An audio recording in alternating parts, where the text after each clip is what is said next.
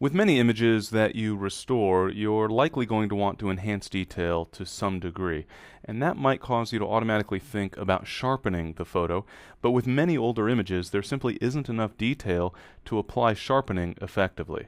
Instead, I'll tend to use a technique that I refer to as a localized contrast enhancement.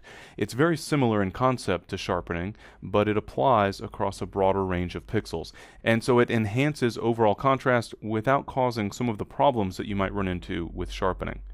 The first step is to create a composite layer. I want to retain all of my layers. You can see here that I have a layer for vignetting, an image cleanup layer, as well as a curves adjustment layer, but I want to create a new layer that reflects all of these layers in a single layer so that I can use that as the basis of my adjustment.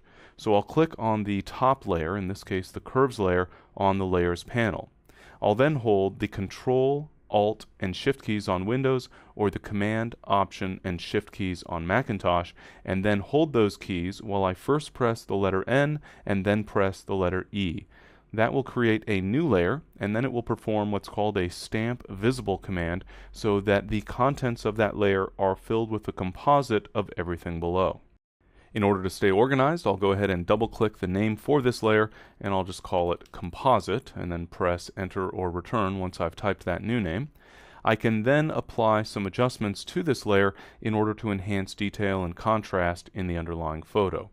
The first step is to change the blend mode for this composite layer from the normal blend mode to overlay. This is a contrast blend mode, and as you'll see, it immediately creates some contrast in the photo. Not good contrast, mind you, but contrast nevertheless. We're now going to use this blend mode in conjunction with a filter in order to enhance detail in the photo. In effect, what we want to do is emboss the composite layer so that that overlay blend mode is adding contrast just along the edges. So I'll go to the Filter menu and then choose Other, followed by High Pass. Generally speaking, I'll start off with a setting of about 10 pixels for most images. That will usually give me a good degree of contrast, but the right setting will vary based both on the overall detail in the image as well as the overall resolution of the photo. You can see the sort of embossing effect in the preview here.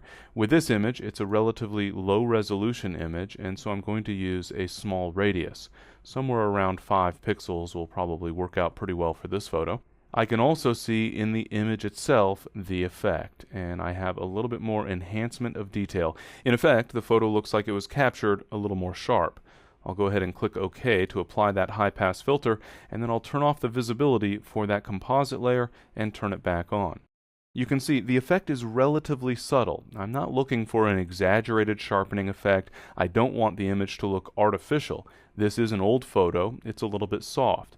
But I want to enhance the detail as much as I can without causing any harm. And this process of enhancing localized contrast can really be very helpful.